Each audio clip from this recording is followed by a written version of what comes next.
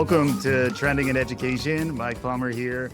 Rejoined by Colleen Keating-Crawford and joined for the first time by Izzy Fitzgerald. They're both from Teach for America's Reinvention Lab. I've been doing some interesting work. Colleen's been on before.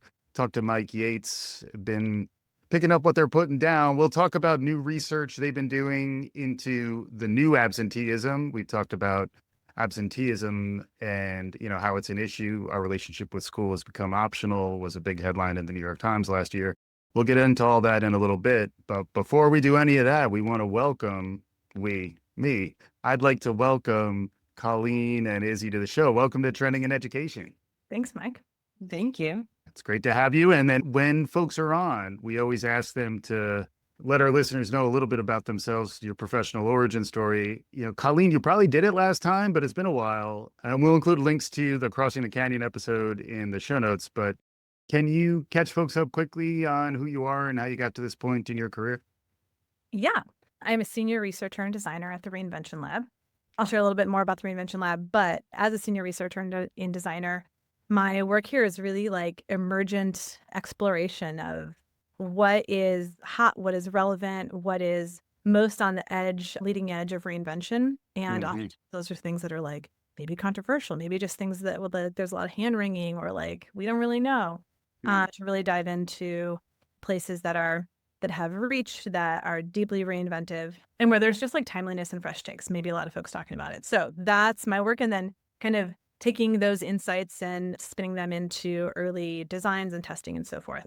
I was a founding member of the Reinvention Lab 5 years ago. And before that, knew Michelle Culver, our founding executive director, knew her for years before and had been on staff with Teach for America, hiring for executives. I led all of the executive hiring for the country. And in that, just really loving listening to people's stories and what they've been doing, what they want to be doing, and kind of helping to bridge from one thing to the next and being a sounding board for where folks are, where they want to be. And hopefully folks enjoy. If you haven't heard our first conversation with Colleen and Elizabeth Booz from Teach for America's Reinvention Lab, we got into other research on Crossing the Canyon, which was your kind of last run at a deep dive qualitatively. And now we're going into something called the new absenteeism. We'll get into that. And, Izzy, maybe we could hear your backstory first and then jump right into the new absenteeism. Yeah, I think my career origin story is quite diverse. It jumps around a lot. I went to a big picture learning high school, which means from 9th grade to senior year, I was doing a new internship every semester. But where I landed was with the Reinvention Lab when I was around 15, 16 years old, with their Enduring Ideas Fellowship. So when I started there, I was doing stuff with Ignite, which is Teach for America's tutoring program. And then I moved on to doing more like social media stuff for them. And then I went to college and moved on to a different sector of work within the lab, specifically with our program called Future Shock. And then from there, I've become the lead of intergenerational co-creation at the lab, which means making sure that we center and have youth voices in the lab, working with us. We're paying them, we're giving them the proper training. I'll do that. And so I've recently taken pause from schooling to focus on this work because it's really where my heart is at the moment. Yeah. And that leads kind of right into the research on the new absenteeism is like a lot of the way in which it's been framed is kind of like an either or, either your butts in seat or not. And if it's not, you're treated as one type of thing. And if you're there, you're treated as another. And through this research methodology, y'all just coined this idea of a new absenteeism and a new way of framing up how to think about that, in some ways more centered around the young folks who are actually sitting in those classrooms or doing other things. So you're kind of fresh out of this context and probably closest to it from a personal level.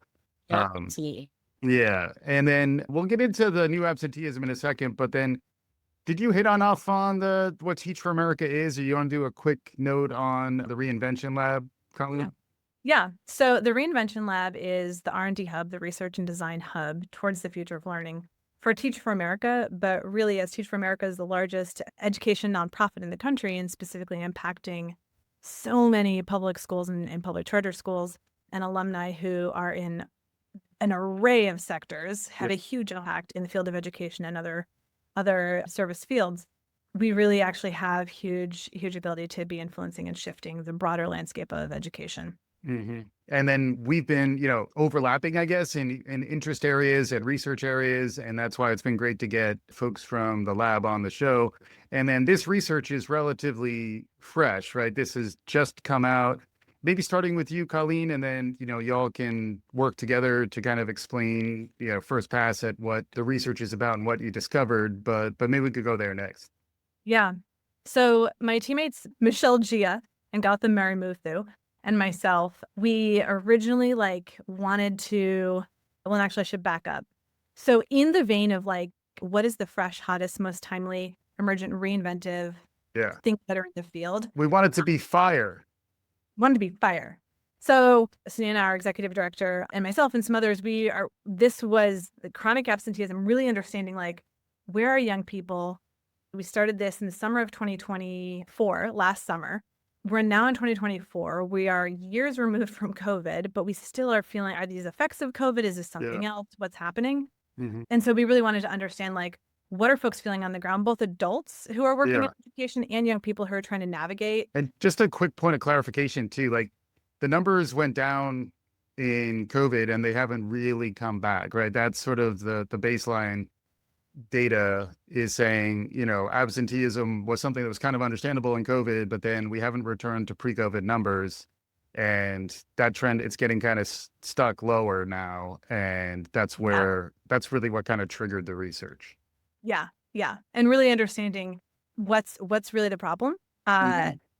Is it COVID? Is it engagement? We had a hypothesis that based on some of what we were hearing in our previous research and other just conversations in the field with young people and adults, that is this a relevancy issue? And so we had ethnographic conversations, myself and my two teammates, Michelle Gia, Gautam Marimuthu. We had ethnographic conversations with over 20 adults and over 10 young people, all of whom are close to and touching this, either young people who are navigating absenteeism themselves or adults who are close to those young people as policymakers, as educators, as school leaders, as parents, as other researchers in the field, other practitioners and supporters in community-based nonprofits. And what's interesting is that we started to hear a lot of different causal components that were kind of getting misaggregated. And it needed to be disaggregated, or it was clear that they were disparate things and we needed to make sure that we were talking about them as disparate things.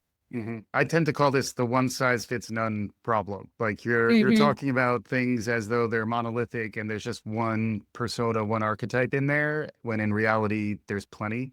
And the added benefit for those of you who think we're getting too touchy feely, there's a 2x2. So you're feeding both sides of our brains, Yeah, we're going to get there real soon here. So what's interesting is that the 2x2 actually started to pretty quickly emerge as we were seeing these different causal pieces, from legal proceedings in the justice system to transportation to I just don't feel known and seen in school to there's deep trauma and grief that I'm trying to navigate. All these different things, we started to theme them into different buckets. The buckets, as they were becoming more clear, or these thematic trends, we realized that the thematic trends actually cleanly organized on a 2x2. They kind of appeared to have this organization across the 2x2. So the why, I'm going to talk through we're gonna talk it for folks who are not visual learners, and then we're gonna have, or also don't have, learning styles, red flag on me, not supposed to say that. But we're going to deliver this in multiple formats. So if you're just listening, don't worry, we'll try to explain it as best we can.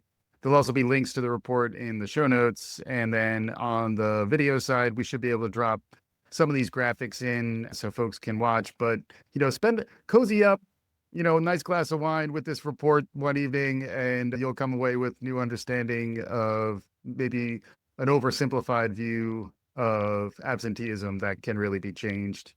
So the 2x2, let's talk. So the 2x2. Okay, so the y-axis is motivation. Mhm. At the top of the y-axis, you have I want to be in school. The bottom of the y-axis, you have I don't want to be in school. The x-axis is action. Like, what's the actual intent that we're physically seeing in physical bodies? You know, the right of 2 feet, like I can come and I can leave, especially as you are older in years. And so action of like, am I showing up in school? Am I not showing up in school?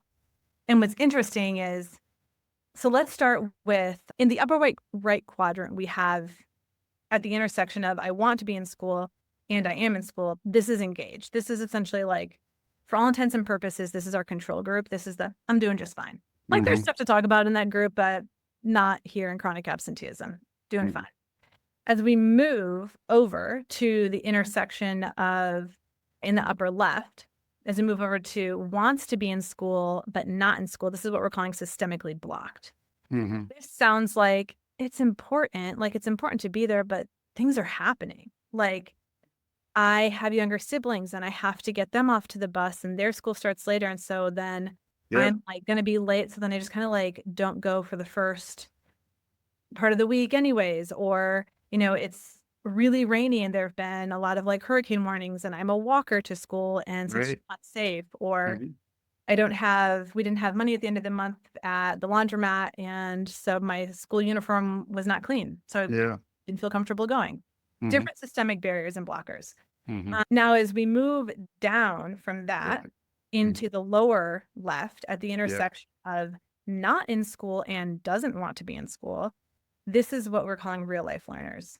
This sounds like I'm desperate for, or maybe like / desperate. I'm just doing something else. Right. And, you know, right of 2 feet, I'm going to take my body someplace else and keep learning that I want. Like they are. And there's 2 levels to this. I mean, your research is more about K-12, right? That's where the absentee is. But like, it's also kind of plays forward into more where you are, Izzy, as well, where like there is that questioning of the value of higher ed versus alternative pathways, something that shows up a lot on this podcast. But like, we act as though that just starts right after you graduate, when in reality, folks are kind of thinking about this really throughout their life journey, you know, which includes K-12. So that's the real life learner. And Izzy, this is where you were saying you would kind of maybe think you're. Yeah, this is where I am. Definitely. Yeah. And I would say, to Colleen, your point, the systemic block and the real life learner block also very much work hand in hand with each other. Majority of the time. Like, I'm a real life learner, but if the school system let me be in school while I'm real life learning, then I would be in school. But it didn't work like that. Well, and also it doesn't. Yeah, and also lots of times, you know, some kids have to work, you know, and if you have to work already, just for whatever reason, like economically, like you just need to work, then it's harder to get into school and weigh that priority versus other priorities, not to mention, you know, family commitments and other things. And then the last quadrant here, Colleen, is they're in school, but they're kind of not really in school. Yeah. The last quadrant, but second to last profile, because there's actually a 5th profile. Well, outside of the bounds of if the you have a 2x2, you got to go next level. I appreciate it. Yeah, we created the 2x2 and then we broke it. This is actually a theme of what we heard from young people. They want the container and then they want to be able to step outside of it.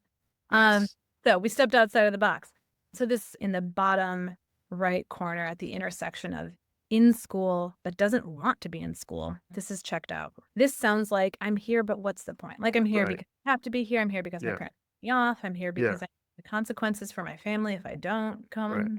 Or even individually, it's like I feel like I should be here, so I'm gonna be here, but it's not for me, so I'll just be here. But like I don't know where else. Like where else would I go? I guess. And then the 5th and final profile of the 5 profiles of engagement is in crisis. And we put this kind of the graphic is like a scribble outside of the bounds of the framework of the 2x2. Crisis shows up anywhere on the periphery. And we heard from young people that like it can happen at any. I mean, as we know in our lives as adults, like it can happen at any point. You could be in any one of these profiles, any one of these quadrants, and have an acute moment of crisis, and Right. it all feels like it's crumbled for you. Right. You're like, I'm so far away from where I was, or in most cases where I want to be. Like nobody Right. wants in crisis, Mm-hmm. but that group is increasing. And to Izzy's point earlier around like the connection and the relationships between these profiles, they are so dynamic. The dynamism, Yeah. I'm pronouncing that right, but it is so real in the conversations we were having with young people. They were talking about moving in between these over time, but even over the course of a single day. Like in this class, I'm checked out. In this class, I'm an engaged learner. In this class, I actually like, I'm there for roll call and then I leave because it's Yeah. like so not worth it to me. It's not relevant. I want to go be a real life learner. And so I just like, that's why I started my job at that Mhm. period of that class because it's Right. worth it for me to be there. I have other Yeah. learning side. And also crisis, it does feel, I was reading recently, someone was talking about the ripple effect of COVID and like the fact that so many more people, such a higher percentage of the population was facing like major impacts that, it's impacting families and communities in ways that we still haven't really figured out. And also folks kind of don't want to look at it because they just kind of want to forget about it. But I don't feel like we've really collectively recovered enough so that people who are at risk are more likely in crisis. And then there's also there's a futurist I like, Roger Spitz, who talks about, I think it's him who talks about we're now in perma crisis, where like more culturally things are always more volatile. There's always something existential going on. So like you're just kind of always in that crisis mode. So it almost becomes an expectation to some extent. And then sadly, like the systemic stuff makes it so that it's a lot easier for people who are systemically challenged to then shift quickly into a crisis. Izzy, what did you think about this framework when you first started to see it come together? Well, I just loved the visual in general. So seeing it, I was like, oh, yeah, this makes all the sense in the world. Yeah. I've seen myself bounce around, like Colleen was saying, throughout a day or within months or within years. And then it was really interesting for me to start thinking about all the different kinds of learning environments that I've been in and how those are relative to which quadrant I was in at the time. Right. And so with that, it kind of made me be like, like, why do I feel like I was allowed to be a real life learner more in a big picture learning high school space? Mm. And then I get to college and suddenly none of that's appreciated. And I am there, but I'm not there. Or right, like what Yeah. Colleen, what you were just saying, coming to sit down and then you're leaving after 5 minutes. That was me. Like I had to have certain in-seat times or I would automatically fail that class. Yeah. And so there'd be so many times I would talk to my professor before the class and be like, hey, I have a work meeting after this, like quite literally in 30 minutes. So I'm going to be here for 30 minutes. I hope that's okay. All of it really stuck with me. And it's stuck with me how the way that I continue to do my work and the way that I continue to talk to my peers, I'm like, how are you navigating your new learning shifts, especially when I talk about like with my friends that are still at that university or my friends that like dropped out at the same time that I did. Yeah. And it does, in the larger framework. So the 3 cells on the bottom, for those of you who haven't heard us spell it out specifically, the new absenteeism, it can be described in a few different ways, but like it's actually these frameworks as opposed to somebody's in class or they're absent. We need to break it into those smaller groups. And then, Colleen, I'm a fan of the what, so what, now what, thinking about communication. So like, once you can understand these different groups and these different sort of contexts, centering it around, the kids who are actually going through this, the young adults who are becoming adults through these, crossing the canyon comes to mind. It's almost like you're backing up to high school to figure out what are the archetypes, what are the persona in there. But then there's different types of interventions depending on the profiles. What's the next step here? What do you do next now that we've sort of got a framework? It's passing the Izzy test. It does seem to be relevant and resonant. What's next? Yeah. And just to make it explicit, let me back up before we go there. Just to name, so this below the line or below the water line, as I sometimes refer to it, is, Mike, what you said is the new absenteeism comprised by checked out real life learners and in crisis. Mhm. It's essentially the those for whom the motivation is low or no, doesn't exist, who do not want to be there. Whereas chronic absenteeism asks who's showing up. The new absenteeism asks who is learning, like who is learning and growing. That's what we want to be focused on, is regardless of how it's happening, because we have real life learners who are learning and growing in really dynamic and like hugely life impactful ways outside the building and being counted as absent.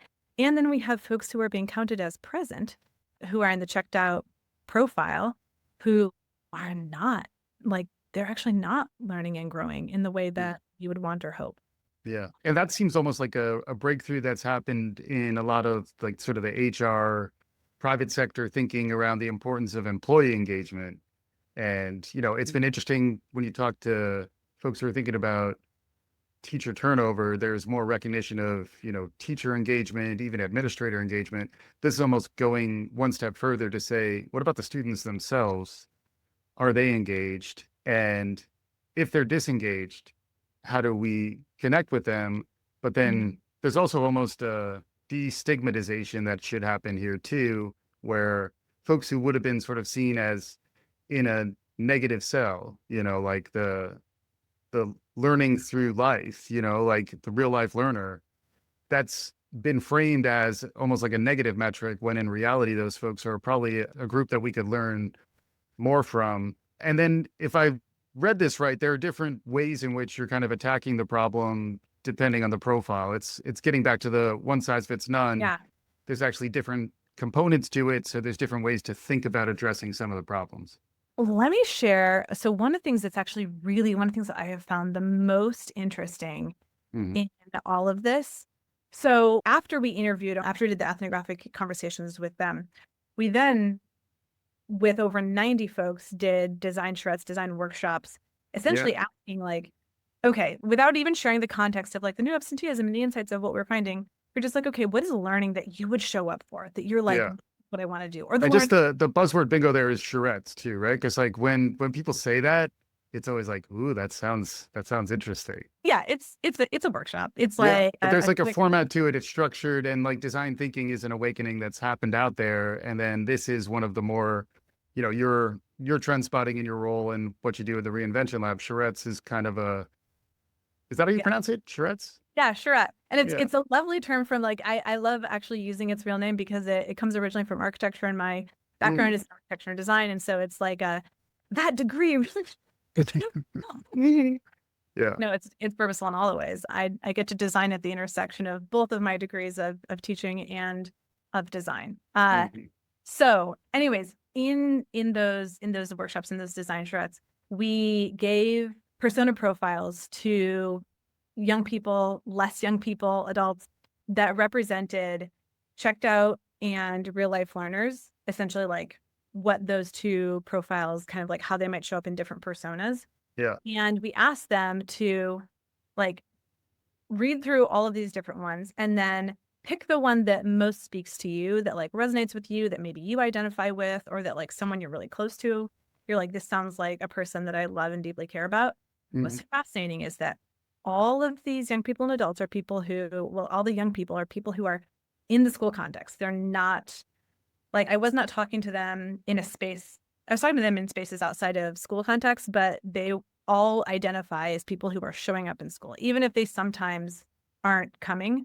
And what's fascinating is that those folks, they were actually, majority of them were self-identifying with the real life learner group, which is fascinating because it tells us even the ones who are physically showing up are already saying like, but I'm thinking a lot about this profile over here in this quadrant here. And the adults, when we asked them, like, pick the profile that most resonates with you, the vast majority of adults were picking the checked out profile. And school leader after school leader and educator were kept saying, I think I have so many of these young people in my classroom, in my school, and I know how to like properly discern who they are or like to do with them. Yeah. Well, even just kind of extending on that, it does seem like then telling more of the stories of the real life learners is important on a number of fronts, because it sounds like the adults might not have enough exposure to them. They just think these kids aren't in school. They're just kind of what you don't think about, what you don't see. But there's a lot of meaningful stuff happening there. And it's almost like the daydreaming, checked out learner also kind of needs to understand that with some more depth. Cause like it's not all rosy out in real life. Like there are Yeah. reasons why it's good to stay in school and it's good to kind of go the traditional engaged route. But even there, like calling that upper right cell engaged, there's a lot of engaged real life learners out there. Absolutely. All of us are usually real life learners. Like that's how we start in the world. Like Yeah. we want to touch things, we want to look at things to like learn how to read or know sound or feeling. And so we end up detaching from that a little bit at some point in education. And then we detach so hard from it that we become checked out. Mm. And most of the time when we're checked out, we're daydreaming about being outside Yeah. and learning outside. Right. And so it's about figuring out, hey, why do we detach so hard from real life learning? Yeah. And how do we bring it back to learning, like how we do it in kindergarten, in first grade, and second grade? That is all hands-on real learning. Like I'm outside doing stuff. Yeah. And Although so, it's funny you bring that up as a parent of a 6-year-old. Like I have talked about how it was totally true in pre-K when he was 4.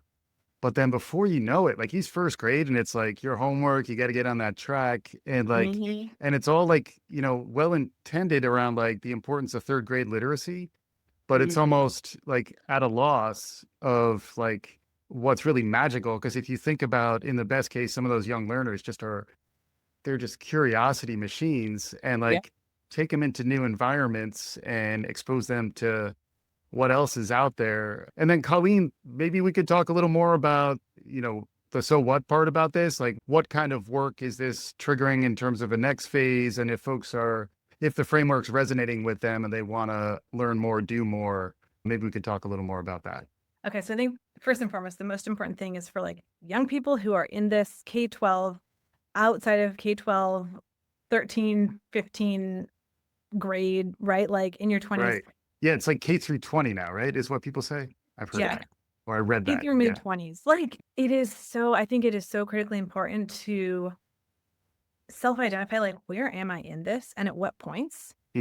Like when this came out, various teammates of ours, like Izzy leads this team of young people on the Reinvention Lab, and we have many of them, and many of them reached out and they're like, I want to talk about like where I think, like they were self-identifying and kind of here's where I am in this context, or here's like this context where when I was here, but identifying where you are in this 2x2. Do you have like a quick assessment? It almost reminds me of, Teen Vogue or something where like I could figure out which kind I am. I think if you want me to co-author something, I love this, I'm down. Mike.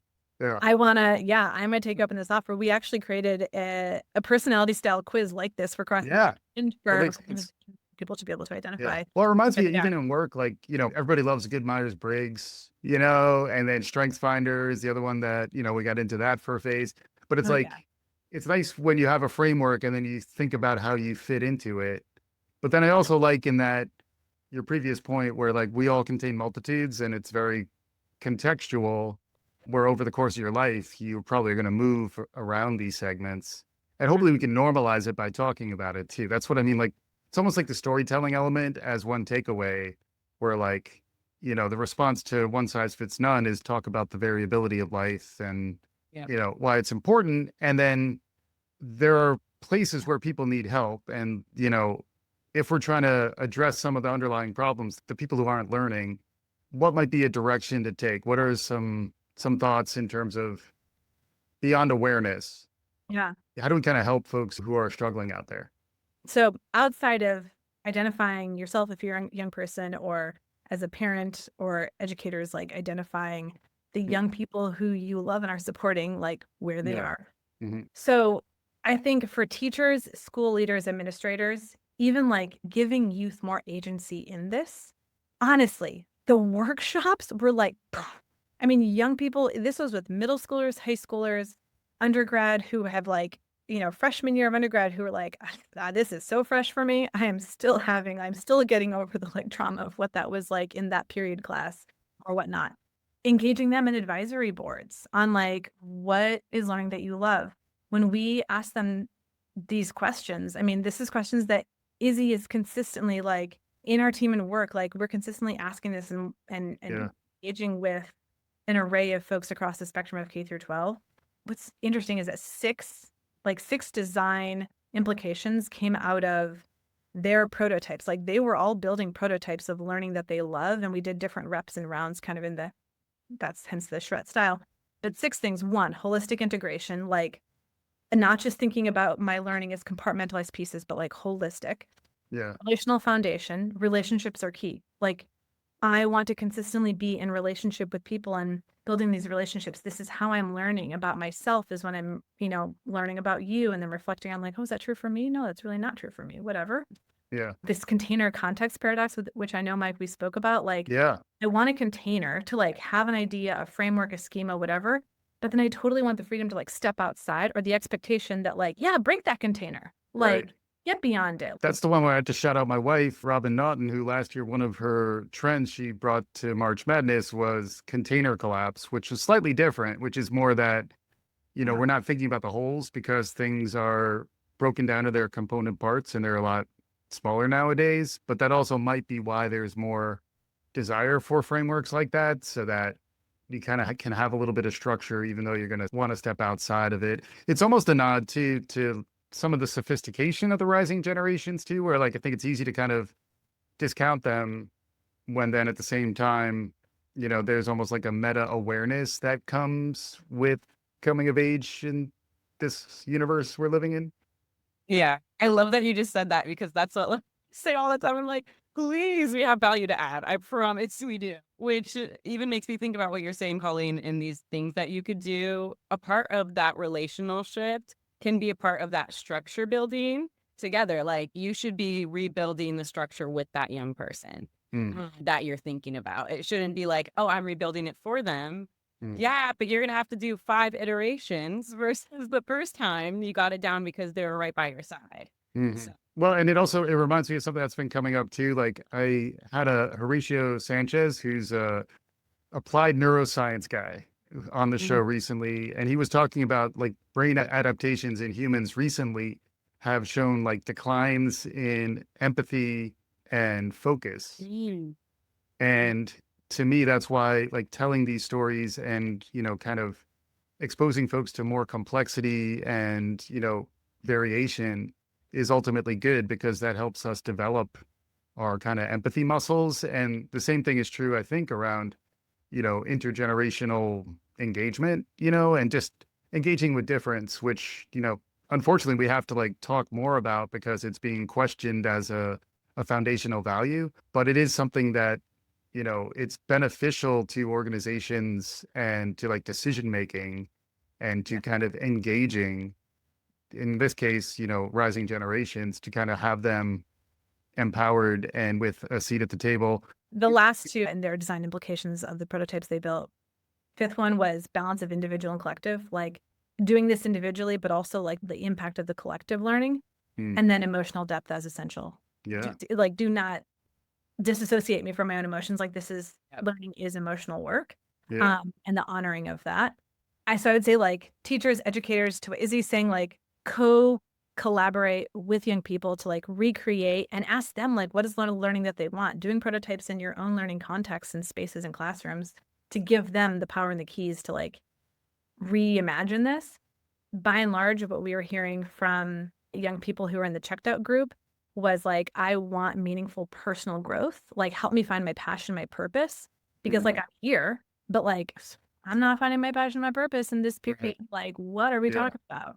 I can Google this if I want to have this like rote context or memorization. And then by and large, real life learners, they're like, make my growth and my learning outside of school legible and credible. Like, you document it, help me get credit for it. Like, I'm doing dope stuff over here and I'm learning so much. Right. It's almost like the career connected learning is happening outside of school. And then the stuff that, because that movement has been real, like folks are career and technical education has been something that, K-12 has been trying to do, but when they're trying to do it formally, they may not be getting as far as folks who are actually, doing the work, actually getting hands on. It's an interesting space. We're getting close to time here, and always love to kick it with our friends at the TFA Reinvention Lab. The research, which we'll share in the show links, it's about the new absenteeism. We'll include that and links to the other stuff around the Reinvention Lab. They're doing interesting stuff that's relevant beyond the traditional Teach for America audience. So hopefully, if you're in that crowd, you know about it. But if you're not, check it out because the research is relevant on a number of levels. As we wrap up here, I always like to give folks a chance for some takeaways, some parting thoughts, parting shots. So my piece, and then Izzy's going to close with the mic drop. My final piece is really, I just urge us all to shift our paradigm and our thinking from, are you in school? Not that. This is, are you growing? Are you learning? So it's not about like, are we in the specific space, the container during the specific hours? It's, are you learning and growing, and what are you learning and growing, and where are you doing it? And great, let's make it credible. Yeah, I absolutely agree. And to add on to that, especially for the educators out there, please do not get stuck by your own system. Be flexible. If it's never been done before, then it still can be done. Or if there's a rule in place where you're like, nope, I absolutely can't do it. How could we flex the rule a little bit? Like, how can we keep on moving? Just because there's been so many times where I've been in education and I've been like, can I get credits for my work? No. Can I do this? Yeah. No. And those automatic no's makes it so hard to want to continue to be a part of that space. Yeah. And so be flexible with the young person. If there's an idea, you most likely can do it. You just got to figure out the how. Yeah. Another one, in addition to empathy, that's come up a little bit lately is there was this period in the pandemic where everybody was talking about grace and giving others grace. And then it's almost like we got tired of doing that. And it's almost as though we need to kind of regroup and get back in that framework, and how, it's not just during the pandemic when we should be thinking about grace and empathy. It's actually something we probably need to be working on our whole lives, which I think is reflected in some of those takeaways you were just talking about. Really fascinating research. We clearly could go on, but we're going to wrap it up here. Izzy Fitzgerald and Colleen Keating-Crawford from TFA's Reinvention Lab, thank you so much for joining me on today's episode. Thank you So much, Mike. It was great being here. And for our listeners, you like what you heard, tell your friends, subscribe, all the good things. We'll be back again soon. This is Trending in Education.